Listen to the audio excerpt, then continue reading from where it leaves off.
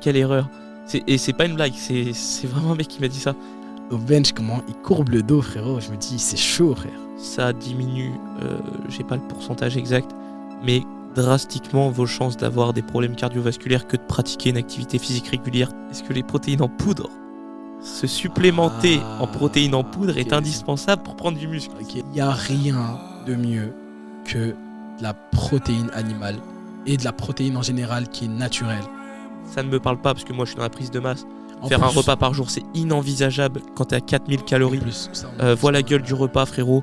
Les trois assiettes complètes de riz, du poulet qui déborde à n'en plus finir, c'est pas possible. Déjà, non. Salut à tous, bienvenue dans ce 4e ou 5e. C'était le 5e, autant pour moi, ce 5e épisode de Limitless, les amis. Aujourd'hui, je suis de nouveau en compagnie de Ryan, coaching. Salut à tous, les gars, j'espère que vous allez bien. Et pour ce podcast-là, je vais pas faire l'erreur cette fois de demander aux gens de s'abonner à la fin de la vidéo quand il n'y a plus personne. Les gars, si vous voulez nous soutenir, donner de la force, ceux qui commentent, si vous êtes sur Spotify, vous pouvez vous abonner au podcast. Sur YouTube aussi, vous pouvez vous abonner, liker. Donc merci à tous ceux qui donneront de la force parce que c'est ça qui nous permet de continuer. Et voilà, on sait qu'on fait pas tout ça pour rien. De toute manière, on a encore prévu plein d'autres épisodes. Yes, donc les gars, donnez vraiment la force, ça fait vraiment plaisir. On débute seulement, donc merci les gars, merci de nous lancer. Pour ce podcast-là, donc le dernier, c'était justement si on devait repartir de zéro, qu'est-ce qu'on mettrait en place? Plein de valeurs, allez le voir si vous ne l'avez pas vu d'ailleurs. Là, cette fois-ci, on va un petit peu détruire les mythes, que ce soit en prise de masse ou en perte de poids. Donc, on va mettre des mythes sur la table, on va débattre et on va justement vous dire les erreurs à ne pas faire. Si vous êtes débutant, si vous commencez ou même si vous êtes intermédiaire, etc., on va peut-être vous aiguiller, donner de la valeur. En tout cas, c'est le but. Donc voilà. Est-ce que tu as déjà une première idée de mythe qu'on pourrait aborder? Alors, il y a plusieurs mythes. Tu veux partir sur la nutrition ou l'entraînement? Tu choisis. Ok, j'aime bien ce qui se passe. Commençons par l'entraînement. Ok, d'accord. Est-ce que tu as une idée de mythe qui revient souvent et que tu as envie justement de dire ok? Moi, j'en ai un et j'ai envie de voir ce que tu en penses. Vas-y, tu vas me dire. dis-moi. Les gens qui pensent que s'entraîner plus, c'est plus de muscles. Mec, totalement d'accord. C'est un des plus gros mythes, mec. Ah, je pensais que tu allais dire oui, c'est vrai. Ah, non. Non. On en a parlé dans l'épisode précédent. Donc, ouais, les gars, s'entraîner dur. Donc, spoiler alerte.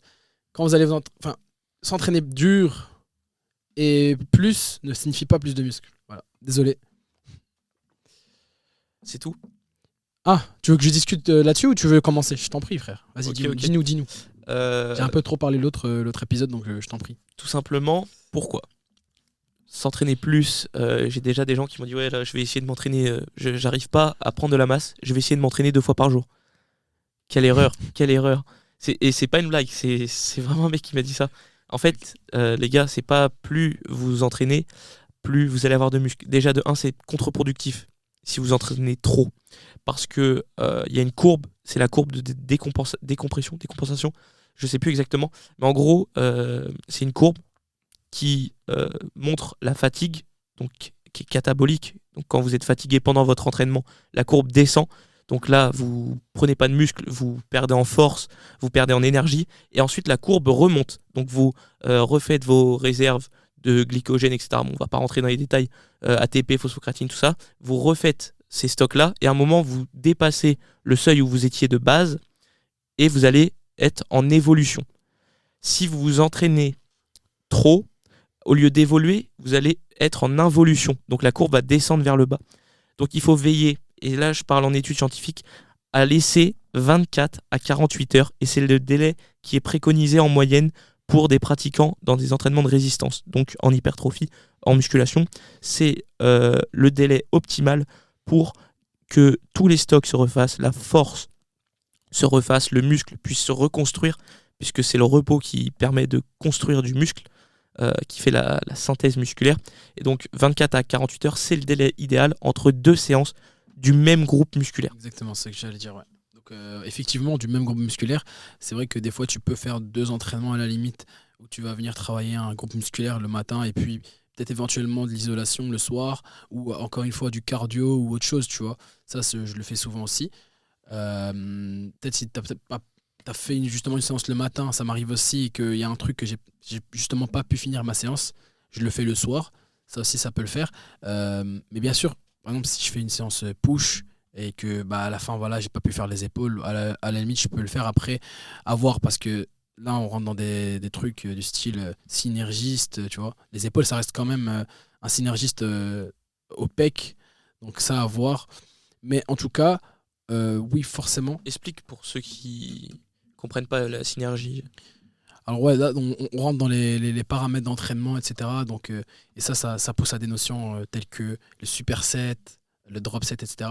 Et plus le superset ici, mais on expliquera ce que c'est après. Mais en gros, le synergie, un muscle, donc tu as un muscle antagoniste, c'est un muscle qui va principalement justement rentrer dans l'action d'un mouvement. Donc, par Agoniste, du coup. agoniste, pardon, je dis antagoniste. Ouais. Ouais, excuse. Donc agoniste. Antagoniste, c'est justement son mouvement inverse, entre guillemets. Donne un exemple concret. Quand tu, Donc, par ouais. exemple, tu soulèves une haltère avec le biceps. Ouais, donc là, c'est plus isolation. Mais ouais, par exemple, le biceps, justement, quand on fait un curl, c'est le muscle agoniste. Quand on fait, par exemple, et typiquement, c'est pour Et le muscle illustrer, antagoniste, c'est le triceps. c'est le triceps. Donc c'est celui qui fait le mouvement Celui inverse. qui s'oppose au mouvement, c'est Exactement. l'antagoniste. Celui qui fait le mouvement, c'est le muscle agoniste. Exactement. Et donc, il y a aussi tout ce qui est synergiste. Donc ça, c'est un muscle qui va accompagner. Donc, après, là, c'est vraiment c'est anecdotique et on sort un peu du sujet. Mais voilà, pour votre connaissance générale, par exemple, au bench press, tu vas venir travailler tes pecs, tu vas venir travailler justement tes triceps et aussi tes épaules. Et ben, les pecs, Ton justement... dos. Je sais De que les quoi powerlifters, ils engagent le dos sur les Mec, benches. ça, faudrait qu'on en parle. Il y a des débats qui sont créés là-dessus. Encore une fois, c'est des débats entre intersports, tu vois, entre guillemets. Mais ouais, il y en a qui sont totalement contre, enfin, qui disent que c'est n'importe quoi. Après, ça, c'est, je pense, des débats un peu juste pour trash talk ou, tu vois, insulter un autre sport. Moi, je pense qu'il faut respecter toutes les pratiques sportives. Mais frérot, des fois, quand je vois au bench comment ils courbent le dos, frérot, je me dis, c'est chaud, frère. Non, je parle pas forcément de courbure. Ouais, mais je Tu veux dire, peux- ouais, non, mais la rétraction des scapulas, tout ça. Ouais, c'est vrai que c'est super important. Mais franchement, ça me fait rire. J'avais envie de parler là-dessus. Mais je sais pas si on en parlera. Mais mec, en tout cas, les powerlifters, il y en a, franchement, leur hyper extension de dos, c'est énorme. Mais du coup, pour revenir à notre sujet, justement, par exemple, au bench press, ben, le muscle agoniste, ce serait le grand pectoral. Pourquoi je dis ce serait? C'est parce que peut-être qu'il y en a, ils recruteraient plus le triceps. Après, encore une fois, c'est une question de. Ça dépend du positionnement des mains. Il y a plein de Exactement. facteurs à prendre en compte. Plus Exactement. vous resserrez les mains, par exemple, plus vous allez engager vos triceps. Triceps, exactement. Mais voilà, ça c'est une idée. Mais du coup, en général, par exemple, ce qui serait peut-être intéressant, c'est que ce soit dans la même séance, et ça c'est des paramètres d'entraînement, mais pour revenir à ce que tu dis, si tu devais travailler deux muscles dans un intervalle de 24 heures, bah, ce serait par exemple le matin, par exemple, un agoniste, et le soir, un antagoniste. Bon, après ça dépend, mais en général, c'est pas chaque jour que tu vas faire 2 entraînements par jour, c'est hors norme. Par exemple, moi, je complète. Par exemple, en vendredi, je sais que le week-end, ça va partir en vacances ou ça va partir avec la famille. Bah, je peux faire 2 séances.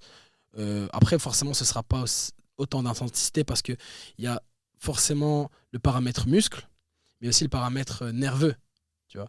Et forcément, en 24 heures, tu as la fatigue nerveuse et ça demande du repos. Donc, pour moi, faire une grosse séance à la limite et une petite séance. Mais faire 2 grosses séances par jour, les gars, ça, c'est pas ouf, c'est vraiment pas ouf. Soit vous faites du cardio le soir ou un truc comme ça, ou peut-être le matin cardio, ça il y en a beaucoup qui font le matin cardio et le soir entraînement, et il y en a ils le font, et j'essaye de le faire, tu vois. J'essaye, même en prise de masse, ça peut être cool les gars. Après cardio, c'est pas aller faire un footing à 3h du mat avec un RPE énorme, ça peut être des steps, ça peut être vélo, 30 minutes, mais faites du cardio un peu tous les jours, franchement ça peut non seulement faire du bien, ça fait vraiment du bien, tu te sens mieux, etc.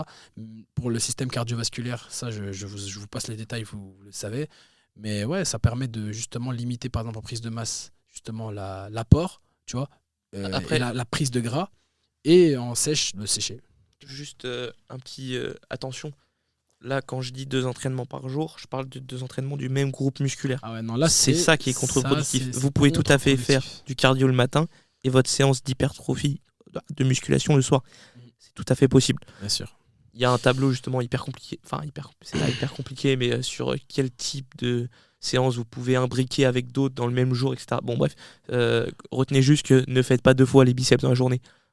Ouais. Et laissez 24 à 48 heures entre le même groupe musculaire quand vous faites une séance. Alors, ouais, effectivement.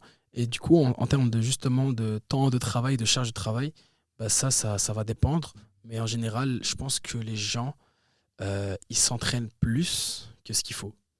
Ils s'entraînent plus, mais attention, pas forcément plus intensément. Alors forcément, je dis qu'il ne faut pas non plus souffrir et que le RPE, pour rappeler, j'ai dit ça, j'ai parlé de ça dans l'épisode précédent, mais en gros, c'est la perception de l'effort dans un exercice. Ça dépend dans quoi aussi, tu vois, ça dépend dans quoi. Mais je pense que la perception de l'effort, en fait j'ai parlé de la perception de l'effort, mais c'est plutôt pour l'aspect cardio, pour le déficit calorique, dans le sens où si tu peux faire tes steps, etc., c'est mieux. Si tu peux faire du vélo tranquille, c'est mieux. Tu n'es pas obligé, pour le cardio, pour l'aspect cardio en tout cas, de faire un cardio à haute intensité. A priori, si tu veux perdre du gras, tu peux faire du cardio vraiment cool et faire tes calories, tes steps, tout ce que tu veux, Ah là, j'ai ta un tips. natation, etc. J'ai un tips. Bah, il va nous donner un tips quand je vais finir. Et du coup, par contre, le RPE en salle, pour l'entraînement, je pense que c'est quand même important. Il faut avoir un certain RPE. Tu viens de dire le contraire. Ouais, non. En fait, c'est ça que j'ai dit. Pour le cardio, pour la dépense calorique, en fait, c'est ça là. Je viens de faire le tilt maintenant, tu vois. C'est ça que je voulais dire. Pour le cardio, pour la dépense, tu peux faire tes steps comme tu peux aller courir. Il y en a qui préfèrent faire courir, vélo, tout ça. Par contre, pour l'entraînement, mec, et c'est ça, je pense que les gens justement, ils cherchent pas cette efficacité. Il faut aller pas à fond, mais quand même avoir une certaine perception de l'effort qui va en fait être la conséquence d'une haute intensité qui est primordiale à l'entraînement. Aujourd'hui, je pense que la plupart des gens qui justement ne progressent pas, c'est qu'ils justement, bon déjà ils font pas les choses par étapes, mais c'est surtout qu'ils mettent pas assez lourd, tu vois, je pense. Il y a l'autre, et en fait il y a deux écoles, il y en a qui mettent trop lourd et il y en a qui mettent pas assez lourd, tu vois. En fait, il faut vraiment trouver, la charge de travail, c'est super important et la surcharge progressive, c'est un paramètre essentiel à l'entraînement. Et justement, ces deux catégories extrêmes, bah, tu verras très peu de progrès chez les uns ou les autres parce il y en a un d'à côté, il va pour faire un échauffement. Il fait un 15, parce qu'il a entendu, il fait 15 x 8. Ok, j'ai fait 15 répétitions avec des haltères, c'est fini. Il cherche même pas à gratter l'échec musculaire. Tu vois. Donc pour moi, l'échec musculaire, c'est hyper important. Je pense que tu le sais aussi. Mais si à ta 12e répétition, et déjà 12, il y en a qui disent que c'est énorme, mais encore, je pense que c'est une bonne tranche. Mais entre 8 et 12 en tout cas.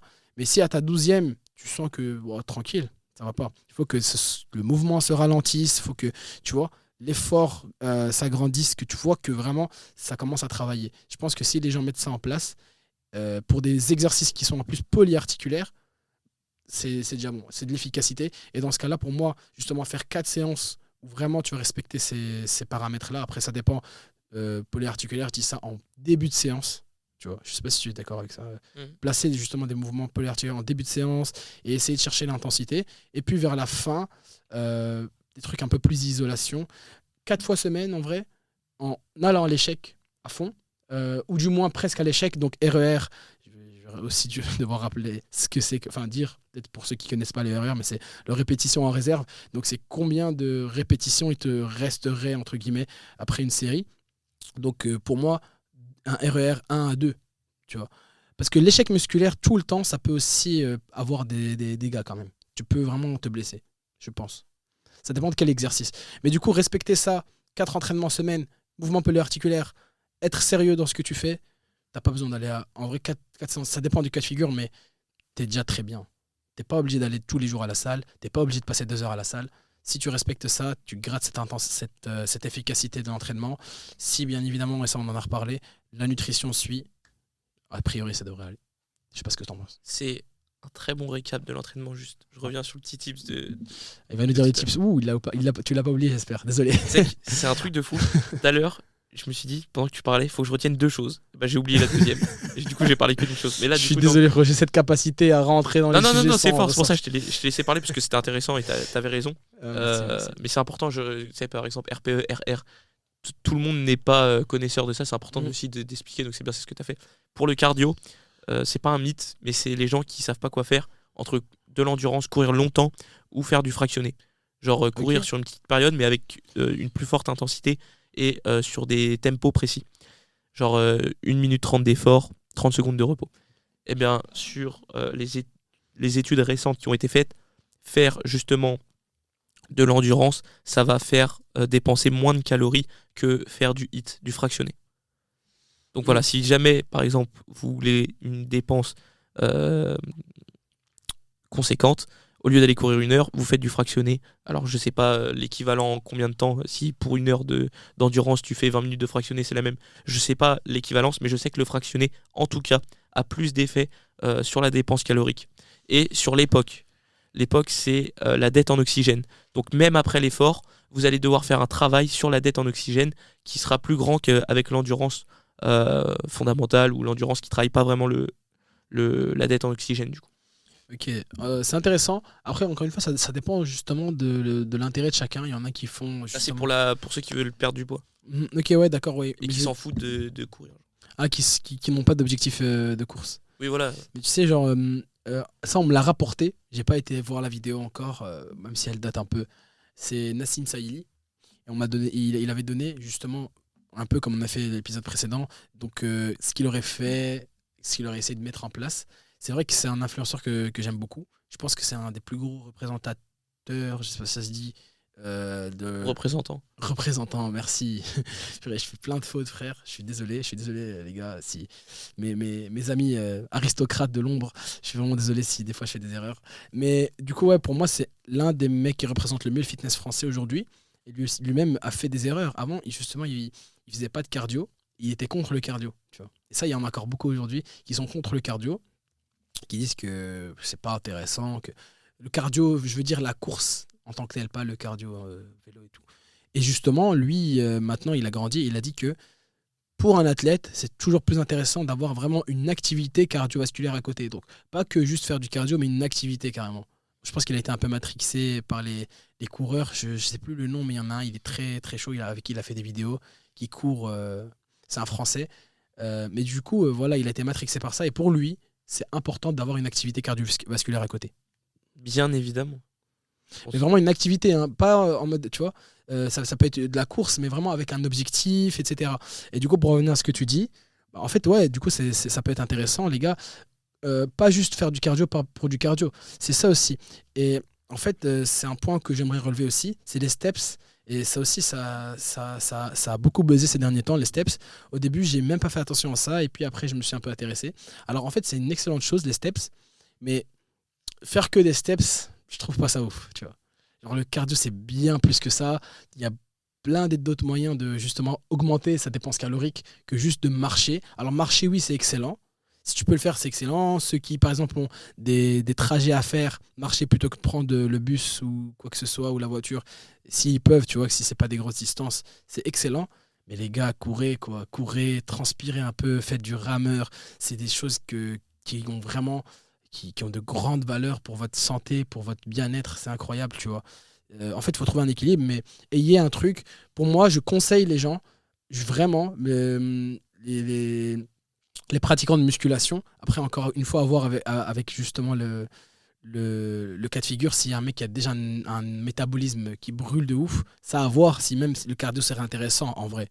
Tu vois, je sais que justement, tu accompagnes c'est ton domaine justement d'accompagner des gens en prise de masse. Est-ce qu'il y a eu des cas où vraiment tu disais, ok mec, tu fais du cardio, arrête un peu ça, mets ça de côté? Alors, c'est une stratégie que j'utilise. Ouais, Donc, c'est-à-dire que forcément. ce que j'aime bien faire, c'est quand j'ai quelqu'un qui a du coup un peu skinny et qui a un sport à côté, on met en place un nombre d'heures de sport par semaine hors musculation.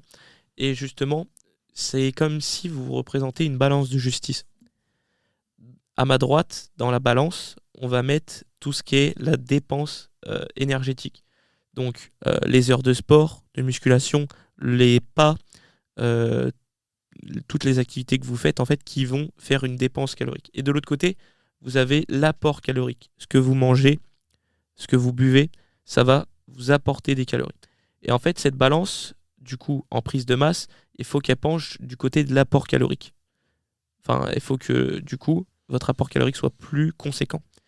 Et donc, pour réguler cette balance, au bout d'un moment, quand vous avez optimisé entièrement votre nutrition et qu'on arrive à des seuils caloriques extrêmement élevés, ça devient compliqué d'augmenter, que ce soit par exemple le riz ou que l'apport calorique est déjà optimisé au maximum avec des shakers où on peut boire les calories, etc., et ben on va jouer du coup sur la dépense. Parce que là, du coup, on a joué sur le côté gauche de la balance, là on va jouer sur le côté droit de la balance, on va jouer sur cet apport, cette dépense. Et du coup, on va diminuer cette dépense. Par exemple, si quelqu'un marchait 10 000 pas par jour et perdait pas de poids, enfin ne gagnait pas de poids, on va diminuer à 8 000 pas par jour.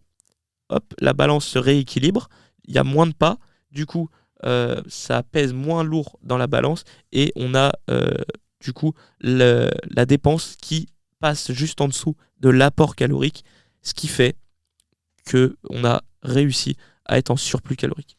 Ok, ouais, en fait, c'est super intéressant. Et justement, je pense que c'est ça aussi qui pose problème des fois, c'est que il y a pas vrai... En fait, ça dépend du cas de figure. Vraiment, c'est super important de comprendre ça.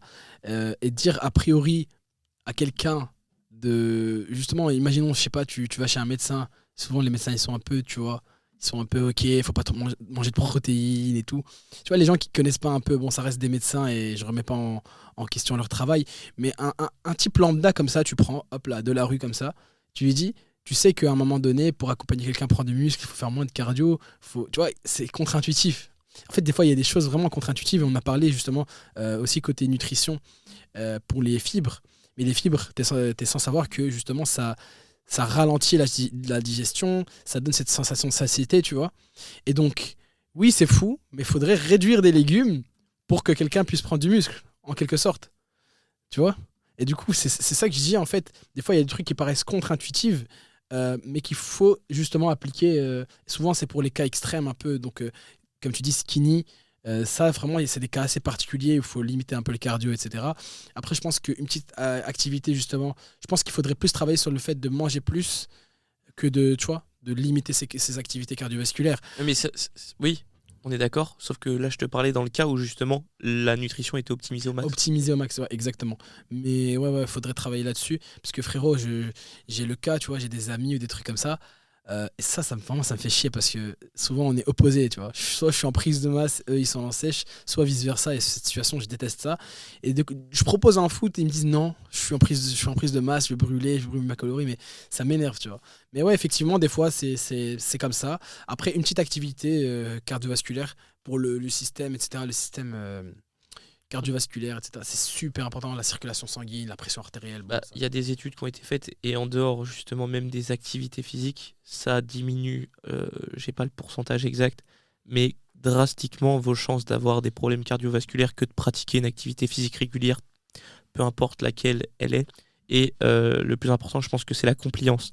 Euh, Quand on parle de compliance, c'est par exemple ce que tu disais tout à l'heure, on va pas faire courir quelqu'un qui n'aime pas. Par contre, cette personne, elle aime nager, on va lui laisser la natation. exactement. En fait, moi, je parlais justement pour un cas de figure classique, donc pas les cas extrêmes. Essayez de faire une activité ludique, une activité cardiovasculaire, je veux dire ludique, où vous allez quand même vous fixer des objectifs. Le but ici, c'est pas d'être des marathoniens ou quoi que ce soit, tu vois. Mais voilà. Même s'il n'y a pas d'objectif, une petite, par exemple, je sais que le paddle c'est à la mode, une petite sortie paddle de tous les enfin chaque week-end avec Ok, ses potes, ouais, ça peut pourquoi être, pas, ouais. ça peut Mais être. en vrai, un objectif, c'est encore mieux. Ouais, un padel. Tant qu'il y a une activité physique, peu importe objectif ou pas en vrai. Mais en vrai, je trouve que bah, ça dépend encore une fois des cas de figure, mais se détacher un peu de cet aspect musculation aussi, ça permet, tu vois, de voir les choses un peu autrement, tu vois, de se dire, ok, de prendre du recul.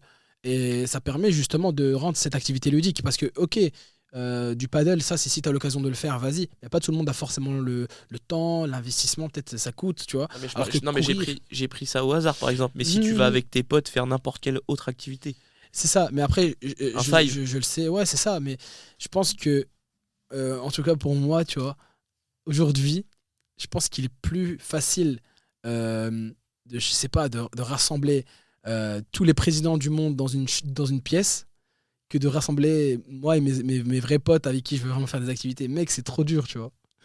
Genre vraiment, soit il y en a un, il a la flemme, soit il y en a un, tu vois ce que je veux dire? Du coup, forcément, le paddle et des trucs comme ça, un five et tout, c'est bien. C'est même hyper bien parce que justement, c'est excellent en fait. Tu crées des liens, etc.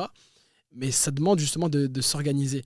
Alors que courir, mec, tu vas, tu fais ça tout seul. Des fois, tu sais, t'as pas trop envie de rencontrer qui que ce soit. T'es dans ton mood, des trucs comme ça. mais là je parlais de la compliance justement. Si le mec il aime pas courir, on lui met une activité qu'il kiffe.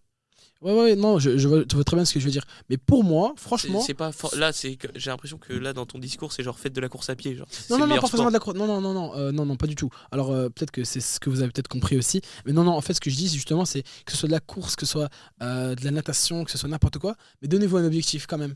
C'est cool. Pour toi, un objectif, c'est obligatoire. Franchement, ouais, un petit objectif, ouais. La vérité, ça Pour coûte moi, rien, ça coûte rien. effectivement, ça coûte rien. Juste tant que la personne, elle y va, tant mieux, tu vois. En fait, ça donne justement une envie de faire les choses.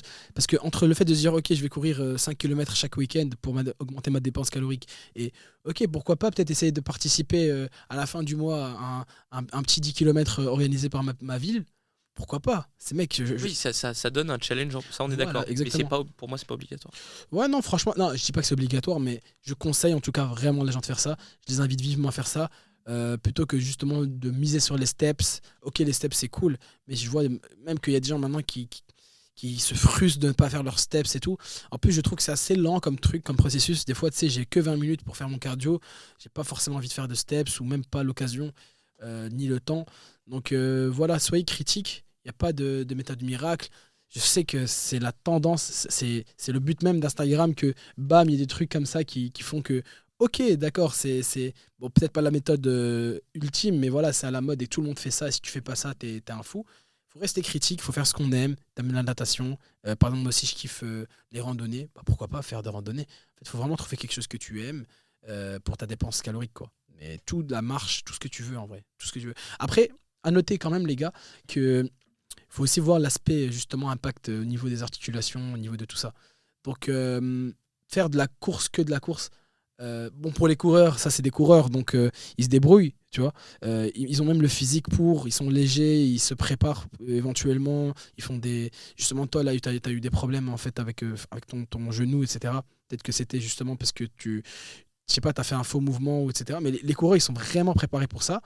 Mais si tu pouvais varier aussi, c'est bien. Faire que de la course, et si t'es pas coureur, en plus peut-être t'es en prise de masse ou en tout cas t'es lourd par rapport à un coureur, tu sais, souvent ils sont assez fins, etc.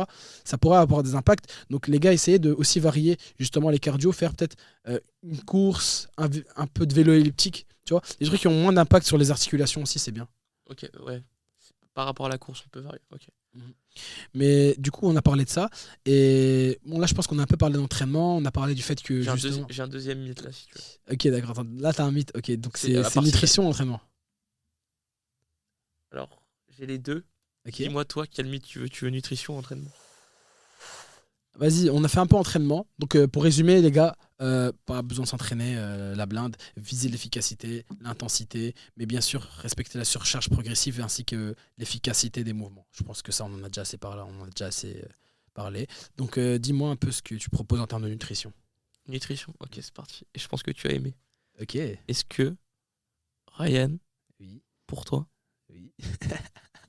les protéines sont indispensables? Alors, frérot, c'est quoi cette question?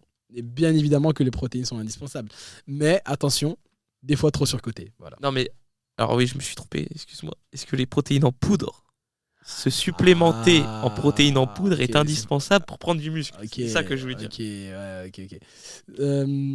Alors, spoiler alerte, non. En fait, il faut savoir que justement, Spoiler, allez. en fait, il faut comprendre une chose, les gars, c'est que il n'y a rien de mieux que de la protéine animale et de la protéine en général qui est naturelle que pour construire du muscle. Le muscle construit le muscle. Parce que la biodisponibilité, donc l'absorption des protéines dans la circulation sanguine, est meilleure justement si elle provient d'aliments naturels que si elle provient de des déchets c'est des déchets hein, de Ouais, l'industrie J'ai eu le débat. fromagère justement. Ouais, j'ai eu les débats.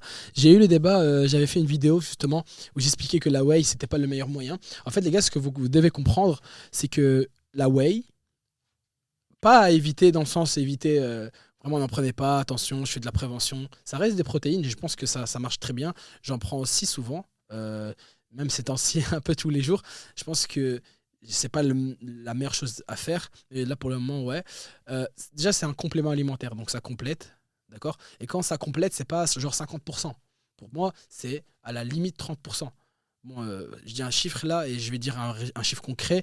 Par exemple, moi, j'ai besoin de environ en moyenne 150 grammes de prot, en moyenne. Et donc tu prends une portion 30 grammes. De 30 grammes, voilà. Ouais. Donc 30 grammes par rapport à 150 grammes, je sais pas exactement le pourcentage. 3, 6, 9, 12, 15, c'est un cinquième, je pense. Donc voilà, c'est un pourcentage, je pense. Hein. Bah, en tout cas, sur 120, c'est 30 grammes. Ouais, donc voilà. En fait, j'essaye vraiment de faire en sorte que mon apport calorique soit le plus naturel possible. En fait, si je venais à justement prôner la whey, etc., c'est un peu stupide parce que justement, c'est comme si je prenais... Enfin, c'est quoi la différence en fait entre de la whey et un biscuit totalement industrialisé à part les protéines? En fait, il faut voir l'impact aussi en termes de, justement, de produits qu'il y a dedans. C'est pas négligeable du tout. Déjà, tu es sans savoir que quand même la digestion prend une certaine partie de notre énergie. Donc, bon, tu vas me dire que c'est... 10%. De quoi? Ça prend 10%. Ouais, mais je veux dire, je pense, tu vois, si tu digères, après ça, à voir, mais quand tu as des trucs qui sont un peu chelous à digérer, tu vois, des produits dégueulasses et tout, c'est impactant non seulement pour ta santé. En plus, j'ai eu le débat avec une vidéo où justement j'expliquais ça avec la whey, et il y en a un qui m'a dit c'est n'importe quoi, l'aspartame, je sais pas, tu vois un peu c'est quoi? C'est le.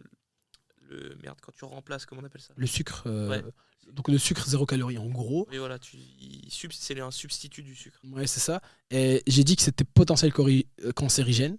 Je sais plus c'était quelle étude qui avait dit ça, mais j'aurais aimé me rappeler, mais je l'ai pas là tout de suite. Mais c'est potentiel cancérigène et la personne elle disait ouais, mais non, ça a étudié depuis des années que c'est pas cancérigène et tout. Mais frérot, moi je vais pas rentrer dans les détails. Mais quand je suis en train de lire une liste d'ingrédients, tu vois, et j'ai l'impression de lire le tableau de Mendeleïev, ça me donne pas trop envie de le prendre, tu vois. Je vais pas te mentir. Dextrose, arthrose, nitrose. Arthrose, frérot. c'est une maladie. Je sais, mais frérot, je sais. Je dis ça comme ça. Frérot, ça me donne pas Ouais, tous les trucs, Ouais, les ça me donne pas L55, les émulsifs. Mec, ça me donne pas du tout envie. Après, honnêtement, aujourd'hui, on vit dans une société où il y a beaucoup de choses transformées, même dans les choses normaux, tu vois. Où même l'efficacité des fruits et légumes n'est pas aussi bien qu'avant. Bah, il y a les trucs de pesticides et tout. Après, je pense qu'il y en a, ils sont dans une sorte de, je sais pas comment dire, dans une phobie, tu vois.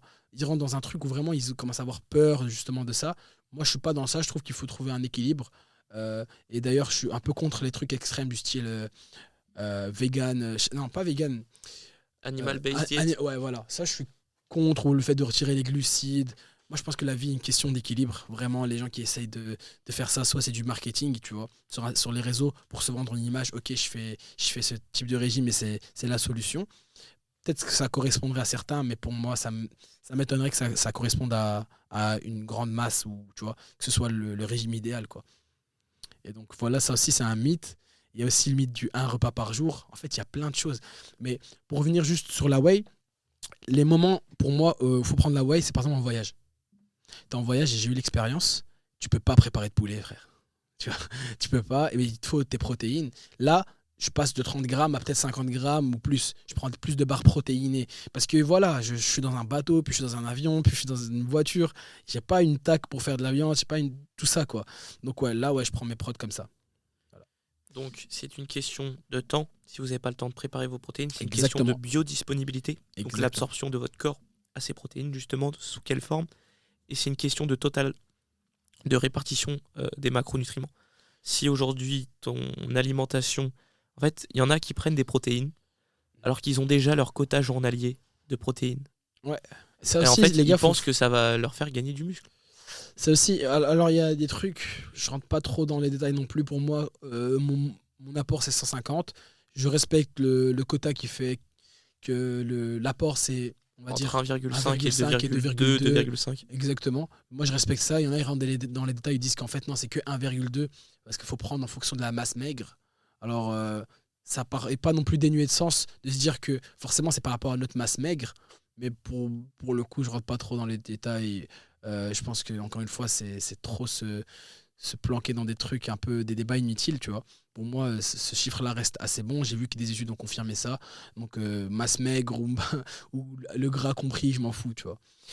Ça me rappelle les débutants qui me demandent si le banc faut l'incliner à 30 ou 60 degrés, enfin à 30 ou à 35 pour les biceps. Ouais, voilà, c'est des détails. En fait, les gars, je pense qu'aujourd'hui, on manque plus d'engagement et d'expérience, tu vois. Donc, de se tester expérimentalement, de noter, de prendre note sincèrement de ce qui se passe, on manque plus de ça, donc d'action, que justement d'information. Aujourd'hui, comme je l'ai déjà dit dans le premier épisode, et je suis encore totalement d'accord avec ça, c'est qu'on a une info-obésité. Aujourd'hui, c'est pas l'info qui manque. C'est justement, quelles sont justement, forcément on a une info-obésité, mais quelles sont les bonnes informations et aussi appliquer des fois. Les gens ont trop peur de justement se lancer, de se dire, ok, j'ai trop d'informations, il faut se lancer. Et souvent, c'est pas si compliqué que ça. Tu vois, c'est pas si compliqué que ça. Il y en a, ils rentrent trop dans des détails inutiles, franchement. On est d'accord là-dessus. Est-ce que tu veux que je te lance sur une deuxième fausse croyance ou est-ce que tu en as une pour moi? Moi, j'aimerais juste savoir, c'est quoi ton avis par rapport, on en a parlé, justement, à un repas par jour. Toi, est-ce que aujourd'hui, tu te sentirais capable de faire un repas par jour et dans quelle situation tu le ferais? Ça me fume, c'est vraiment. Je voulais tellement en parler genre faire une vidéo pour pas descendre, mais pour en parler. Pour descendre ça? Mais en fait, Attention à ce que tu vas dire alors. mais parce que je t'explique. Là, Je suis pas totalement contre. Hein. je me suis pas renseigné sur le One Meal a Day, donc là, je pourrais pas te sortir des études, etc. Je parle de ce que je connais. Donc ça, voilà, je vais le dire concrètement.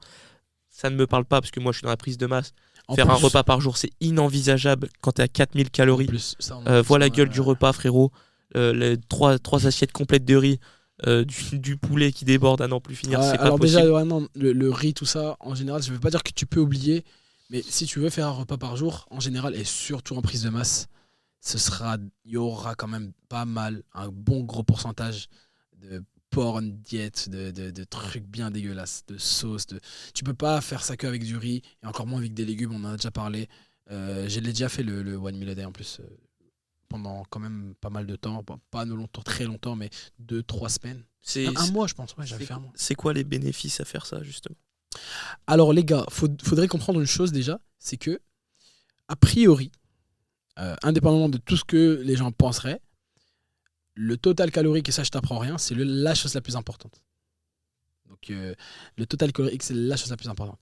Maintenant, on rentre dans les détails. Alors déjà, ça dépend du type de gens. Forcément, un mec qui sera en prise de masse aura moins d'intérêt à faire ce genre de pratique. Et surtout, en fait, un mec qui justement est en prise de masse, qui a un métabolisme rapide, entre guillemets skinny, comme tu dis. Je sais pas s'il y a un autre mot, parce que je dis pas que c'est péjoratif, mais en français, on dirait quoi, skinny? Ce serait quoi la traduction? Ouais, quelqu'un de maigre. Et du coup, pour moi, oui, forcément, si en 5 repas, le mec peine justement à atteindre son total calorique, c'est pas en un repas qu'il va le faire. Pas du tout. Il va s'anorexier, franchement. Hein. Il fait un repas, le mec, il va. À la limite, je pense, allez, si je devais donner des chiffres, imagine, il tape 1200 par jour, mec, c'est grave, tu vois. Et pourtant, c'est possible. Un mec, je connais des gens, franchement, qui peuvent manger un repas par jour et faire 1200 calories et puis se dire, ok, c'est bon, tu vois. Mais c'est hyper grave. Un repas à 1200, c'est. Ouais, un seul repas à 1200, mais ils ont tellement l'estomac petit, en fait. Ça me paraît pas beaucoup. Non. Il y a des gens qui peuvent le faire, mais c'est grave. C'est pas, genre, en termes de capacité, qu'ils peuvent le faire, mais c'est pas à faire. C'est ça que je te dis. Donc, conseiller à quelqu'un, ou justement quelqu'un qui est maigre, skinny, et qui essayerait de faire ça, il va finir dans cette situation. Il y a de fortes chances qu'il finisse dans ça, et ça, justement, c'est chaud. Donc, ça dépend du cas. Alors, dans quel cas le One Meal a Day serait plus intéressant en termes de morphologie? Pour moi, c'est un métabolisme lent à moyen. Donc quelqu'un qui brûle pas lentement ou quelqu'un qui brûle normalement. Moi, je pense que je fais partie de justement le métabolisme moyen, donc normal, qui brûle pas trop vite ni trop lentement. Et ça dépend aussi, il y a un paramètre aussi qui est super important, après justement la génétique, c'est justement tout ce qui est ton envie de manger et ton temps à manger, etc. Donc ce que tu aimes, ce que tu aimes pas. En fait, justement, il y a le représentant du OMAD qui prône justement justement les régimes OMAD. Alors déjà, on va essayer de défendre un peu ça, de se dire, ok, pourquoi ce serait intéressant, ou plutôt, qu'est-ce qui ferait que ce serait pas dangereux? Alors, il y a une idée reçue, une grosse idée reçue qui a été justement débattue, qui a été justement... beaucoup de gens ont travaillé là-dessus, il y a eu des études là-dessus. Aujourd'hui, on sait que c'est faux, mais encore beaucoup de gens dans mon entourage, et même après leur avoir montré les études, ainsi que les résultats physiques, tu vois, ils sont encore là à dire que vaut mieux pas. Les gars, manger 30 grammes de protéines à 40 grammes et se dire que en un seul repas, il ne faut pas dépasser, c'est faux. Il y a une étude qui a même prouvé, et ça c'est PubMed, je mettrai vraiment le lien dans la bio, cette étude-là, je suis à 2 doigts de l'accrocher dans ma chambre, frérot. Faire un poster et l'accrocher. Je te jure, quand je la vois, ça me fait rêver. Parce que je suis plutôt du type gros mangeur, tu vois. Des fois, j'aime bien vraiment manger un bon gros repas. Et je peux facilement atteindre justement les 100 calories. Tu sais, je mange du bœuf, puis je mange des œufs. Donc, vraiment, je mets du bœuf, viande hachée. Après, je mets des œufs dessus. Ça atteint facilement les 100 calories. Et c'est frustrant de se dire que justement, mon corps n'anaboliserait pas. Je le faisais avant et tout. Et quand j'ai vu cette étude, j'étais tellement heureux. Ils ont en fait démontré que justement, la réaction anabolisante quand tu mangeais 100 grammes de protéines serait plus efficace que quand tu mangeais 30. N'est-ce pas incroyable quand même? Donc en fait, c'est même pas de se dire que c'est la même chose que si tu mangeais 30 grammes, 30 grammes x 3, 33 grammes x 3 pour 100 grammes, si tu veux. C'est meilleur, la réponse est meilleure. Donc tous ceux, on les appelle comment? La broscience, tu vois. C'est ce genre de personnes qui prennent des idées de OK, il faut avoir son Tupperware 3 fois par jour à des temps bien précis. Et en fait, c'est ça aussi qui pose problème quand même j'ai des suivis. Ils me disent, mon plus gros problème, c'est de savoir quand manger quoi. Sans doute justement à cause de ces idées reçues, ils se disent, mais moi, voilà. Franchement, j'entends cette phrase, mec, ça m'énerve. Hein. J'ai envie de leur dire, mais vous avez entendu ça où? Et d'ailleurs, il y a une marque, je ne sais pas si je vais en parler ici, parce qu'il y a un pote à moi qui travaille avec cette marque, qui est vraiment assez douteuse. J'ai failli travailler avec eux. Je ne sais pas si je vais sortir le nom ici. Mais en tout cas, ils prônent le fait de déjeuner le matin. Et que si tu déjeunes pas le matin, c'est grave. Et justement, j'ai eu plusieurs fois des appels ou des trucs comme ça, ou des suivis. Ils me disaient, je sais que je déjeune pas le matin, je sais que c'est pas bien. Mais en quoi c'est pas bien? Mais en quoi c'est pas bien de déjeuner le matin, bordel? C'est une des plus grosses idées reçues de la planète Terre. Ouais, si tu déjeunes pas les matins, tu vas pas faire de progrès. C'est le repas le plus important de la journée. Mais c'est quelle blague ça? Et ça, j'ai le débat.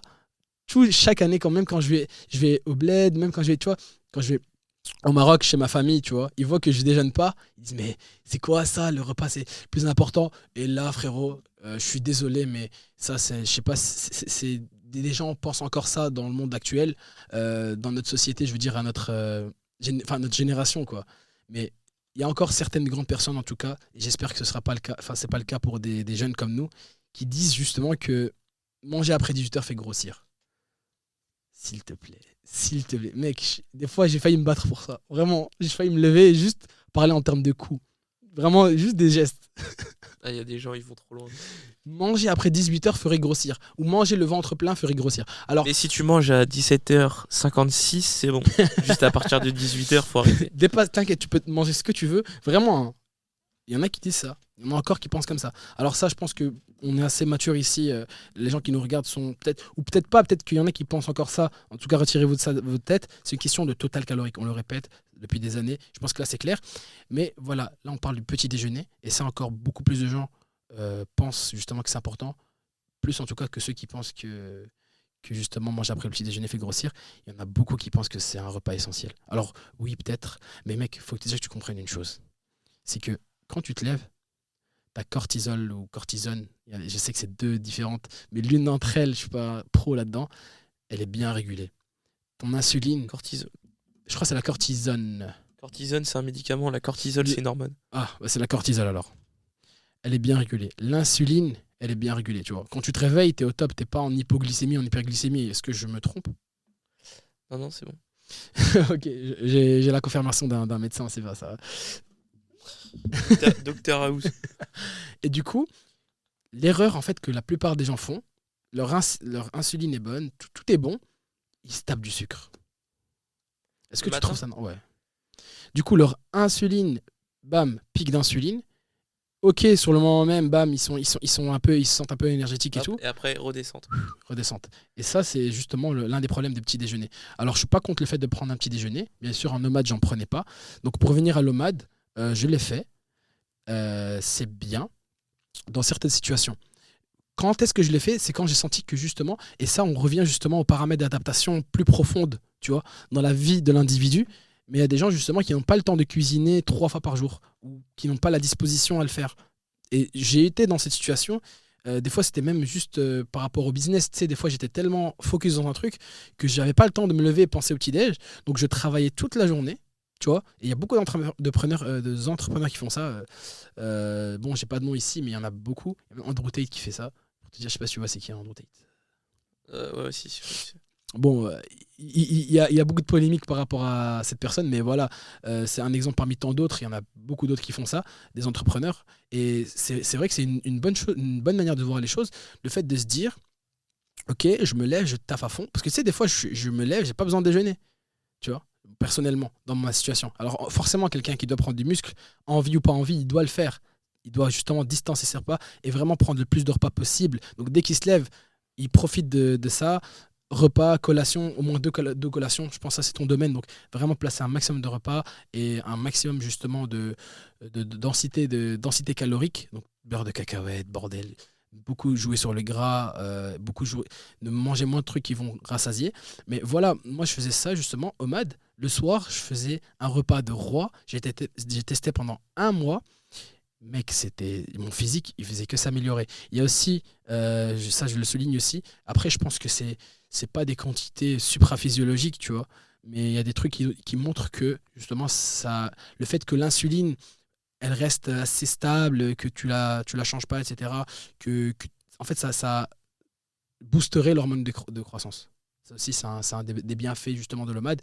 Ça pourrait, moi je pense que c'est plus de l'optimisation et encore, c'est pas vraiment comme si tu te dopais, mais ça pourrait être pris en compte. Et aussi, il y a beaucoup de gens, et ça aussi un truc d'adaptation, qui n'aiment pas s'entraîner, justement, qui kiffent s'entraîner à jeun. Je sais pas si toi tu aimes bien. Il y en a, ils kiffent, et je kiffe aussi des fois. Après, ça dépend de quel type d'entraînement. Et ça dépend aussi de quoi manger avant. Mais des fois, s'entraîner à jeun, il n'y a rien de mieux. Vraiment, il n'y a rien de mieux. Bah, sur un full body, j'ai failli tomber dans les pommes une fois. En fait, ça M'entraîner dépend, à jeun. justement, voilà, ça dépend de qui. Ça dépend vraiment de qui. Mais moi, je pense que la conclusion à retenir de l'OMAD, c'est que c'est pas mauvais, c'est pas bon. Ça dépend de si tu veux le faire ou pas. Tu peux le faire si ça te tente. Ça va pas avoir d'effet négatif. Voilà, pour moi, c'est 30 minutes sur le homad pour cette petite conclusion de 5 secondes. Non, C'est mais je vous le aberrant. promets, en fait, parce que ça regroupe plusieurs choses. Ça regroupe aussi le tout mad, ça regroupe plein de choses. Mais pour dire, et ça, c'est vraiment un gros débat, et ça m'énerve encore de voir que des gens qui disent que le déjeuner, c'est important. Il faut savoir que, justement, breakfast, tu vois, c'est casser, justement, le jeûne. Et justement, cette idée qui a été propagée que le déjeuner était le repas le plus important, est-ce que tu sais c'est qui a justement popularisé ça? Bah, ça doit être l'industrie L'industrie, effectivement, donc, bonne agroalimentaire. réponse. C'est justement le créateur des Kellogg's. Bon bah voilà. Voilà. Mec, en fait, tout s'explique. Donc, les gars, à moins que vous soyez dans un cas extrême, Non, ou même en prise de masse, frérot. Au bout d'un moment, le Même en petit déjeuner, moi je le conseille à partir du moment où t'as 2 repas par jour et t'as 3. oui, 4000 voilà. Ouais, calories. ouais. Après, pour moi, C'est pas un tort de prendre le petit déjeuner, même il y en a, Bien ça leur sûr, donne bien un sûr. boost d'énergie. Ouais. Vraiment, en fait, faut se dire que c'est pas mauvais de ne pas le faire, mais c'est pas mauvais de le faire. Ok, Il y en voilà. a qui Meilleure pensent que conclusion, je juste, pense. ouais, exactement. Il y en a qui pensent que c'est impossible, mais vous êtes fous, quoi. Vous pouvez très bien skipper le déjeuner, bien sûr, dans des cas assez particuliers, pas comme prise de masse, mais voilà. Et justement, je ne vais pas parler de cette entreprise assez douteuse, mais faites attention, restez critique là-dessus. Il y a beaucoup de marketing dans tout ce qui est compléments alimentaires. On en parlera aussi de peut-être les compléments alimentaires essentiels. Et les moins essentiels justement, mais faites attention, restez critique, testez par vous-même des choses, vraiment. Si vous avez un doute, ok, peut-être j'aime bien le MAD, essayez, ça peut vraiment vous aller, quoi. Merci pour Attends, c'est fini là. cette discussion. Ça fait 30 minutes. Ça, que tu parles de l'OMAD, frérot. Ça C'est un fait 30 sujet qui me tient à cœur, c'est un sujet qui me tient à cœur réellement. Au moins, on l'a traversé en long et en travers. Merci en tout cas à tous de nous avoir regardés. Attends, c'est fini là. C'est fini, ça fait plus de 50 minutes. Ah purée. Ouais, sur l'OMAD, au moins vous Désolé. savez que Désolé, l'OMAD, désolé, conclusion, désolé. c'est ni bon ni mauvais. Exactement. Mais en long et en large. Bon, merci à tous de nous avoir écoutés, regardés. Encore une fois, donner de la force, ça nous fait extrêmement plaisir. Merci à tous ceux qui nous écoutent, qui nous soutiennent. Si on peut aider, même ne serait-ce qu'une seule personne, notre mission est accomplie. Merci à tous. C'était Alex Merci, et les gars, Ryan. merci. À la semaine prochaine. Désolé. Et ciao. Ciao les gars.